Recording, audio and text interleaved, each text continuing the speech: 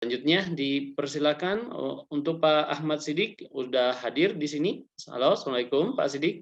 Waalaikumsalam warahmatullahi wabarakatuh. Gimana? Jelas Waalaikumsalam. Pak Irwin? Oke, jelas Pak Siddiq. Ini Pak Siddiq jauh-jauh ya. Hari ini live langsung dari Ponorogo ya Pak Siddiq ya. Iya Pak Irwin. Ya, dari Ponorogo nih. Ya, jadi Alsen TV sudah mengudara sampai Ponorogo ternyata Jawa Timur ya. Luar biasa ini Alsen TV, kalaupun usianya baru 2 hari tapi sudah mengudara sampai Jawa Timur, luar biasa ya. Mudah-mudahan tambah pemirsanya lagi ya, yang menontonnya semakin banyak ya. Mudah-mudahan bisa nanti se-Indonesia. Amin ya rabbal alamin. Oke, Pak Siddiq, selamat pagi Pak Siddiq. Iya. Oke, di pagi hari ini Pak Siddiq akan menyampaikan tema tentang apa Pak Siddiq?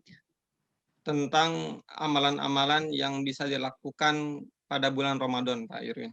Oke, luar biasa. Ini untuk menambah ya, menambah kekhusyuan ibadah kita ya. Jadi biar kita tahu ibadah-ibadah apa saja yang semestinya kita lakukan pada bulan Ramadan agar menambah keberkahan ibadah puasa kita, menambah kekhusyuan ya, kekhusyuan ibadah saum kita pada bulan Ramadan. Oke, Bapak Ibu, para pemirsa, para siswa yang ada di rumah, silakan untuk disimak ya, kalau perlu dicatat ya, dicatat di buku catatannya dan nanti dijadikan sebagai catatan harian untuk diri kita masing-masing. Oke, dipersilakan untuk Pak Ahmad Siddiq menyampaikan tausiahnya. Dipersilakan, mangga Pak Siddiq. Sampai jam berapa Pak Irwin? Biar saya batasi. Jam 6:45 Pak. 5:45. 5:45 ya. Ya. Bismillahirrahmanirrahim. Assalamualaikum warahmatullahi wabarakatuh. Waalaikumsalam warahmatullahi wabarakatuh. Alhamdulillahirabbil alamin wa bihi nasta'inu ala umuri dunya waddin. Assalatu wassalamu ala sayyidinal mursalin Muhammadin wa ala alihi wa sahbihi ajma'in, amma ba'd. Rabbi shrah li sadri wa yassir li amri wahlul 'uqdatam min lisani yafqahu qawli. Insyaallah pada pagi hari ini karena terbatasnya waktu, saya akan langsung saja menyampaikan tentang amalan-amalan yang bisa kita laksanakan khususnya pada bulan Ramadan. Saya izin untuk share screen ya, biar ada yang ditampilkan juga. Oke. Untuk amalan-amalan yang bisa dilaksanakan pada bulan Ramadan, saya membaginya menjadi 2 bagian. Ini saya ambil dari Mukhtasar Kitab Takrib dan juga dari Ahaditsus Shaum, dari kitab Ahaditsus Shaum yang dikarang oleh Syekh Fauzan. Jadi dari 2 buku tersebut saya merangkum bahwa ada 2 bagian ya, membagi menjadi 2 bagian tentang amalan-amalan yang bisa dilaksanakan pada bulan Ramadan. Yang pertama, amalan-amalan yang merupakan bagian dari saum, dari saum. Yang kedua, amalan-amalan yang di luar saum. Yang pertama yang saya akan terangkan yaitu amalan-amalan yang bisa amalan-amalan yang di luar saum dulu ya. Yang pertama, tarawih. Tarawih bukan bagian dari saum, tapi tarawih merupakan sholat sunnah yang khusus dilaksanakan pada bulan Ramadan. Jadi tidak ada sholat tarawih di luar bulan Ramadan. Jadi sangat-sangat spesial gitu. Sholat tarawih ini dasarnya diambil dari salah satunya dari hadis yang diriwayatkan oleh Bukhari dan Muslim. An Abi Hurairah radhiyallahu anhu qala kana Rasulullah sallallahu alaihi wasallam yuraghibuhum fi qiyami ramadana min ghairi an ya'murahum fihi bi azimatin fa yaqulu man qama ramadana imanan wa ihtisaban ghufira lahu ma taqaddama min dzambi. Yang artinya Rasulullah SAW menganjurkan kita untuk qiyamul lail, yang mana artinya di sini adalah sholat tarawih. Namun perintah ini bukan untuk menjadikan sholat tarawih itu sesuatu yang wajib, hanya sebagai sunnah saja. Dan beliau juga menyampaikan dalam hadis ini, man qoma ramadhana imanan wahtisaban. Barang siapa yang melaksanakan sholat malam pada bulan Ramadan, imanan wahtisaban, dengan penuh keimanan dan juga mengharapkan pahala dari Allah, ghufira lahu ma taqaddama min dzambi, akan diampuni dosa-dosanya. Jadi agar dosa-dosa kita diampuni, syaratnya kita melaksanakan itu dengan penuh keimanan dan juga mengharap ridho Allah, tidak mengharap yang lainnya. Tidak mengharap ingin dipuji, tidak diharap ingin dikenal, tidak. Tapi hanya mengharap ridho dari Allah Subhanahu wa taala. Ini yang pertama, sholat tarawih. Kalau dibahas akan panjang ini. Selanjutnya, yang kedua, berinteraksi dengan Al-Quran. Ini hal yang kedua yang di luar puasa, di luar saum, namun ini merupakan hal yang luar biasa yang harus kita laksanakan pada bulan Ramadan ini. Kenapa? Karena bulan Ramadan selain syahrul syam juga sebagai syahrul Quran. Karena Al-Quran ini diturunkan pada bulan Ramadan. Jadi termasuk bulan Quran juga Ramadan. Maka perbanyaklah interaksi dengan Al-Quran. Kalau di hadisnya memang di sini dijelaskan iqra'ul Quran fa innahu ya'ti yaumal qiyamah syafi'an li ashabi. Bacalah Al-Quran karena hal itu akan menjadi syafaat pada hari kiamat kelak. Kenapa di sini ditulis berinteraksi dengan Al-Quran?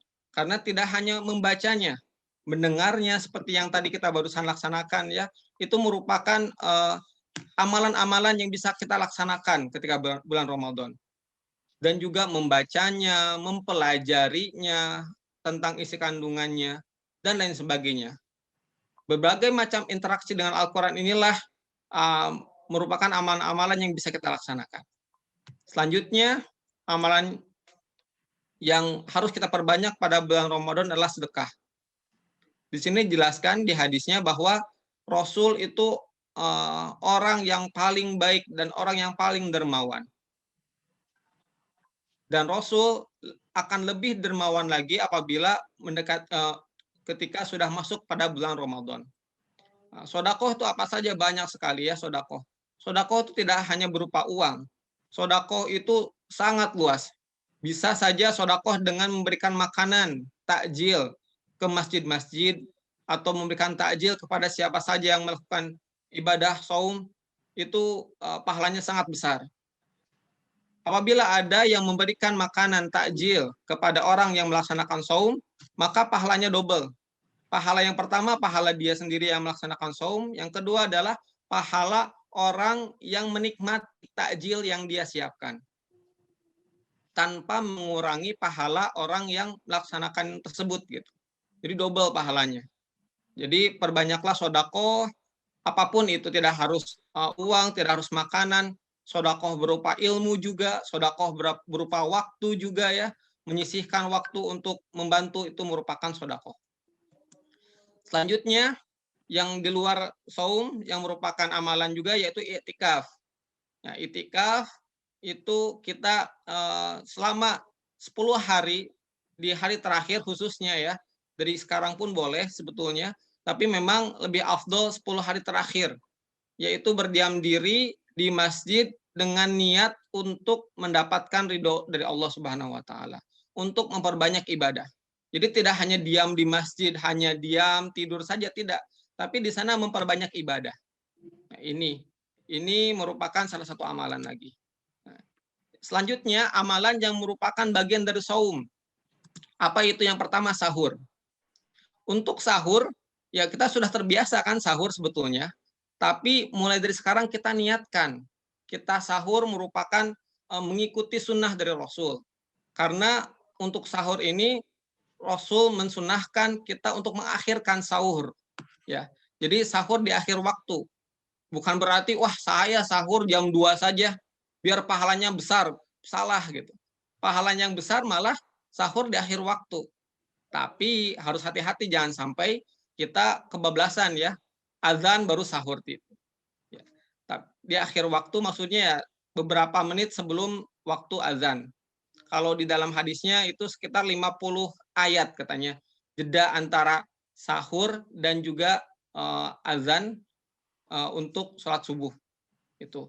Ini yang pertama sahur dan di akhir waktu. Maka sahurlah gitu. Ketika kita sahur kita akan mendapatkan pahala yang lebih daripada orang yang tidak sahur. Jadi jangan salah ya, jangan sampai kita berpikiran oh kalau tidak sahur pahalanya lebih besar. Malah salah.